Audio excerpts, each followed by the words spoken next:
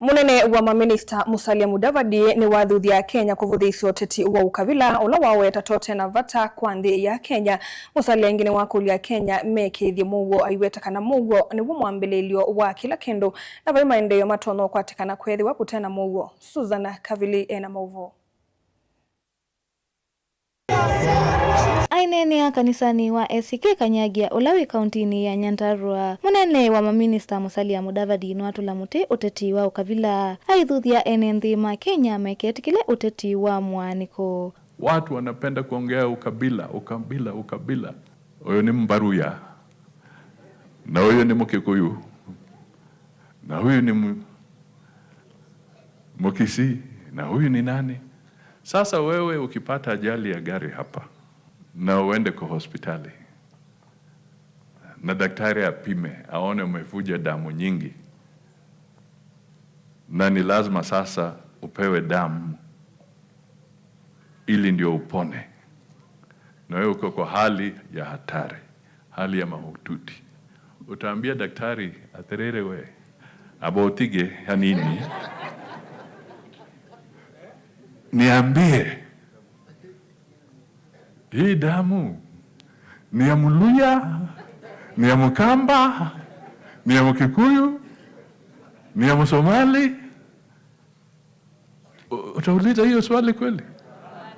Ukiuliza hiyo swali utakufa, kwa sababu damu ambayo iko kwa blood bank ya hospitali yule ametoa ni binadamu, na huyo binadamu ni kama wewe na mimi.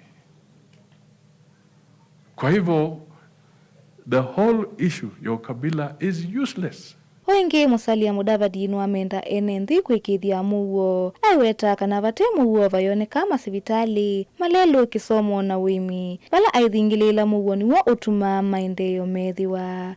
If you don't have peace, there'll be no road, there'll be no agriculture, there'll be no dam, there'll be no hospital, there'll be no education, there'll be no security.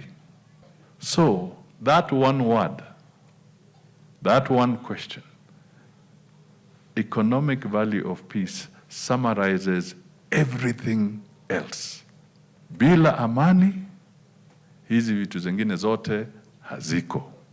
Ingi Musalia nwaweta kana andu tamaile kukwata mbao serikali nikenda kwa ili ya maendeleo aiweta kana atongo imasakuwa wani kana kutwaisi ya maendeleo serikalini netailasi kwa mbao ni ula wa governor wa Nyandarua Francis Kimemia.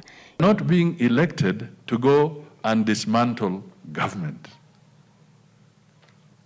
You are seeking to go and form government. If the government was bad, why do you want to go and form it? And I want to encourage the government. Najua watu wengine wajui ushirikiano ya opposition na serikali. They are not enemies. We are supposed to work together kwa sababu wananchi wote ni wetu bila matusi na tukiweka Mungu mbele na the spirit of humility ambao tumefundishwa leo na PAMSAD. Ngilivoti ya Bilingi wa Mauvo, nitawa Susan Kavili.